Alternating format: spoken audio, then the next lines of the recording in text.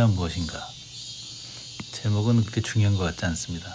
어쨌든 백종원이라는 칸트 전문가가 얘기하는 칸트의 내용을 좀 쉽게, 칸트의 내용을 쉽게 설명한 책, 이렇게 보겠습니다. 그러니까 독일 철학이라는 것은 칸트적 합리주의와 낭만주의가 합류하는 지점이다. 네, 독일 철학은 칸트적 합리주의와 낭만주의가 합류하는 지점이다. 그러니까 이분은 칸트 전문가니까 칸트가 중요하다, 이렇게 얘기하는 것 같습니다. 우리가 오늘날 우리가 보편적 진리로 납득하는 과학 기술에 근거한 도구적 합리주의, 합리주의, 칸트적 합리주의라는 것이 우리 지금 현재에 영향을 많이 미쳤다, 사실인 것 같습니다. 그러니까 우리는 칸트 때문에 이렇게 과학적으로 된 것을 우린 잘 모르죠. 근데 칸트 이전에는 이런 과학 기술적인 분위기가 좀 없었다. 근데 칸트로 인해서 이렇게 변했다. 우리가 역사를 아는 게 좋잖아요. 역사. 칸트를 추정하거나 비판하면서 철학은 할 수 있어도 칸트를 모르고서는 철학할 수 없다. 네, 이분이 당연히 칸트 전문이니까 칸트를 모르고서는 철학할 수 없다. 저도 칸트를 중요한 철학자라고 생각합니다. 네, 다음이요. 적당히 알아야 건너짓고 사이사이 메꾸어가면서 자기 생각을 하게 된다. 알아야 된다는 거죠. 알아야지 자기 생각을 한다. 그러니까 이런 책을 봐야지 자기 생각을 하게 된다. 칸트는 처음에 분할해서 보는 데 집중했지만 나중에는 어떤 통합 원리가 있을까 찾게 된다. 이거 중요한 것 같아요. 어떤 통합 원리가 있을까 찾게 된다. 여기 과거에 아인슈타인이랑 비슷한 것 같죠? 통합장 원리를 찾으려고 노력했잖아요. 예를 들어 판단력 비판에서는 칸트는 반성적 판단력을 매개로 지성과 이성의 통일을 시도한다.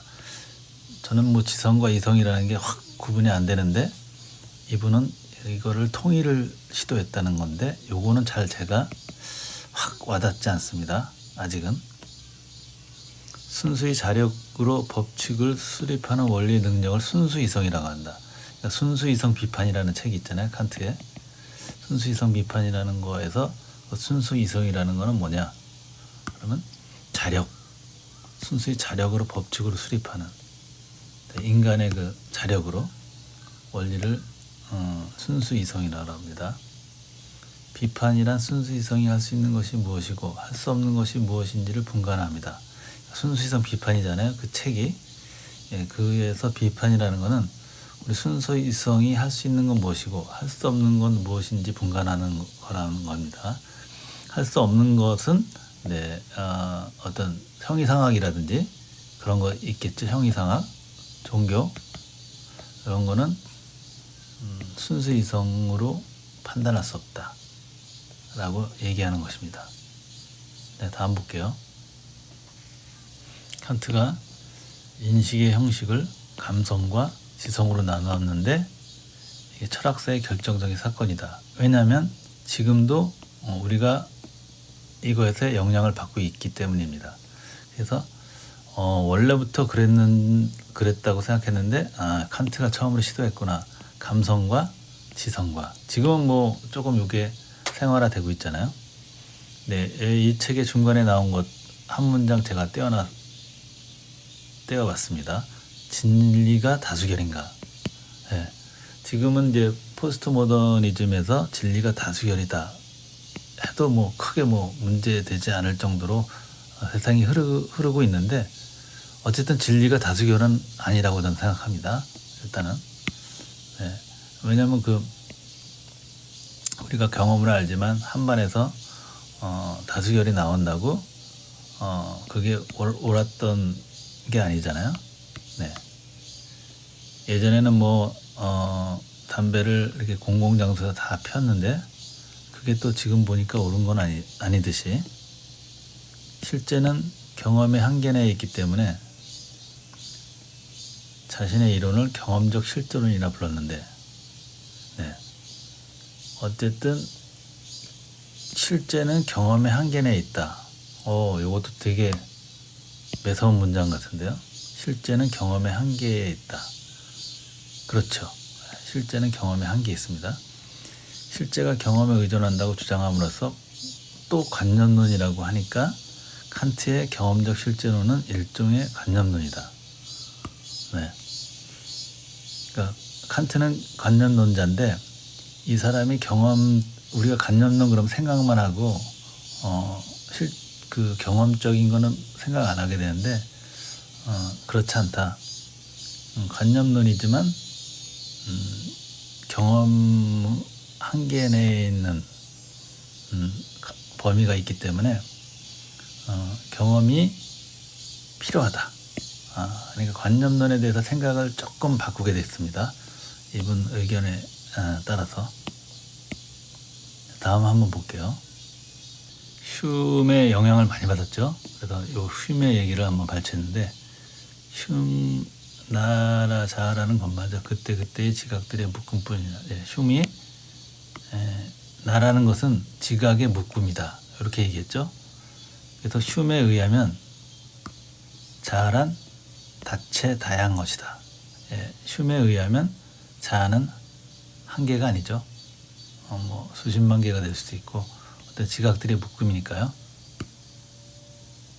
그래서 칸트는 실체를 인간의 의식 통각작용에 두었다. 지각들의 묶음, 여기서 영향을 받았죠. 실체를 인간의 의식 통각작용에 두었다. 이거 중요한 말이건데, 실체를 인간의 의식 통각작용에 두었다. 실체라는 것 자체가요. 네. 또 이렇게 얘기 들어보면 맞는 얘기 같은데 이렇게 문장으로 이렇게 만들었다는 게 중요하죠.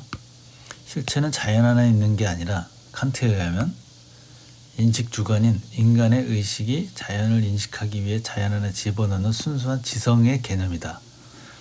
그러니까 칸트의 그 핵심이 여기 나오는 것 같은데요. 실체를 의식 통각작용에 두었는데 이게 잘 생각해보면 관념론이죠. 내 안에 있으니까 이것이 밖에 있는 게 아니라 인간의 안에 있잖아요. 의식 통각작용. 그러니까 관념론이라는 느낌이 드는데 약간 뉘앙스가 틀려지는 것 같습니다. 관념론에 대한. 어쨌든 이 책을 읽으면서 관념론에 대한 생각을 조금 바뀌게 됐어요. 자연 안에 집어넣는 순수한 지성 개념이다. 일단 사람은 자연의 그 팩트랑 내 생각이랑 다르면 이걸 바꾸죠. 이 팩트를. 그래서 이렇게 착시 현상이라는 거 보면 내 생각으로 바꾼다는 게 증명이 됐죠. 요거하고 똑같은데 여기 길어 보이죠. 그래서 여기 길어 보이니까 길어 보이는 게 내 생각이잖아요. 그러니까 실제는 짧은데 길어 보이게 바꾸는 거죠. 내 생각을. 그러니까 칸트가 이 세상에 우리가 알고 있는 것들이 다 내 생각으로 바꾼 것이다. 그러니까 우리의 눈에서 우리가 보는 그 시야에 따른 것이다. 그게 관념론이잖아요. 그러니까 그 실체라는 게 의미가 없다. 내가 어차피 인간의 그 눈으로 밝혀진 것이다. 뭐 이렇게 저도 뭐 헷갈리지만 어쨌든 이렇게 이 책을 읽으면서 조금 시야가 넓어지게 되었습니다. 네, 다음 볼게요. 네, 이번에는 이 책은 백종현 씨가 칸트를 좀 높이 평가하는 부분이죠. 칸트의 한계는 인간 지혜의 한계라고 한 거니까요. 칸트의 한계라는 게 뭐냐면 뭐 예를 들어서 형이상학 같은 거는 우리가 접근할 수 없다. 정확하게 알 수 없다. 이것이 인간의 지혜의 한계라고 얘기하는 것입니다. 칸트보다 더 좋은 설명 방식은 아직은 없다. 이건 칸트 전문가. 뭐 더 있을 수도 있죠. 여기서 약간 조금 이것에 대해서 불편함을 느끼는 게 헤겔 이성주의자라고 생각합니다. 헤겔은 이것도 이성으로, 이 부분도 이성으로 설명될 수 있다라고 좀 주장한 것 같거든요. 헤겔이 약간 요 부분에서 반대를 하는 거죠. 그렇지만 이 백종현 씨가 같은 칸트 전문가로서 칸트 요거를 인정 안 하는 것 같아요. 네. 칸트 철학이 완전한 건 아니지만 인간의 지혜가 여기까지 와 있다고 말하는 것이 온당하겠다. 요거는 좀 이해가 갑니다. 어쨌든 칸트가 얘기한 것 자체가 너무나 혁신적이고 정말 너무나 스마트한 것이라고 저는 생각합니다. 네, 현실을 바꾸는 것이 실천이다. 이것도 좀 재밌어서 한번 가져왔습니다. 실천한다는 것은 현실이 바뀌는 것이다. 재밌는 것 같아요. 영혼이나 신은 공간 시간속에 자기 모습을 드러내는 것은 아니다. 공간과 시간성에 자기 모습이 없다. 그러니 그것에 대해서 안다는 말을 쓰지 말라고 하는 것이 칸트의 주장이다. 이게 이제 핵심입니다. 칸트의 핵심이라고 생각하는데 시공간 안에서만 우리는 얘기할 수 있다. 밖에 이 밖에는 우리가 얘기하려고 하지 말아라. 이건 나중에 보면 이제 비트겐슈타인에서 이런 말이 좀 비슷한 게 나오죠. 알 수 없는 건 얘기하지 말아라. 예, 알 수 없는 요거랑 좀 비슷한 것 같아요. 근데 헤겔은 알 수 없는 것도 우리가 노력하면 알 수 있다. 예, 그 정신 승리죠. 헤겔의 정반합에 의해서 우리가 이성이라는 것이 절대적 이성으로 갈 수 있다. 이렇게 얘기했죠. 네, 요거는 좀 전에 설명한 거랑 비슷한 거라서 넘어가겠습니다. 한목적성이라는 개념은 합리적인 거죠. 개념은 지성의 범주나 이상의 자유처럼 객관을 규정하는 것이 아니라 정말의 실체 객관이 아니라 세계를 판단한 주관 자신을 규제하는 원리다. 관념론이니까 칸트는 어떤 뭐 한 목적성이 있고 그게 객관적이고 과학적이라고 해도 어차피 주관 자신이 규제하는 원리이므로 이 칸트는 판단력의 자기 자율이라고 일컫는다. 그러니까 우리가 사실이라고 이렇게 명백하게 찍어 놓은 것조차 2 더하기 2는 4다 이런 게 있겠죠. 그것도 어차피 자기 자율이다. 인간의 노름이다. 관념론이다. 이렇게 얘기하는 것 같아요. 네, 다음 보겠습니다. 네, 하이데거도 굉장히 무서운 사람이죠. 똑똑한 사람인데 칸트의 순수이성 비판에 칸트를 접하고 눈에서 눈꺼풀이 떨어져 나가듯이 계명이 되었다고 수려한 바 있다. 네, 장님에서 눈을 고친 거죠. 시간의 지평에 의해서 비로소 존재하는 것이 드러나는구나. 진짜에 존재하는 것이 드러나는구나. 하이데거가 얘기했죠. 아주 극찬을 한 거죠. 이 깨우침이 계기가 되어 존재할 시간을 쓰게 되었다는 것입니다. 아까 칸트는 흉 때문에 정신을 바짝 차렸다고 그랬죠. 하이데거는 칸트 때문에 정신을 바짝 차렸다고 합니다. 이거는 뭐 사실인 것 같아요. 네, 마지막으로 저는 뭐 음악을 하는 사람이기 때문에 이런 말에 관심이 있는데 어쨌든 칸트가 생각하는 거는 자연인 것처럼 보일 때 예술은 가장 아름답다. 이렇게 되는 거죠. 그러니까 음악을 만들 때나 예술을 할 때 내추럴하게 하라. 자연인 것처럼 할 때 아름답다는 거죠. 이게 미학인데 어쨌든 이게 뭐 저는 100% 옳다고 생각하진 않습니다. 하지만 이 칸트라는 자체가 하이데거, 헤겔, 플라톤 이런 사람들처럼 굉장히 똑똑하고 영향력 있는 사람이고 이 세계의 역사를 만들었기 때문에 이 사람이 이렇게 얘기한다고 하면 무시할 수는 없을 것 같아요. 네, 무시할 수는 없고 어쨌든 많이 영향을 미치는 거죠. 저한테. 내가 음악을 할 때 조금 더 내추럴하게. 그래서 제가 시골로 이사를 왔나? 저는 시골로 이사를 왔는데요.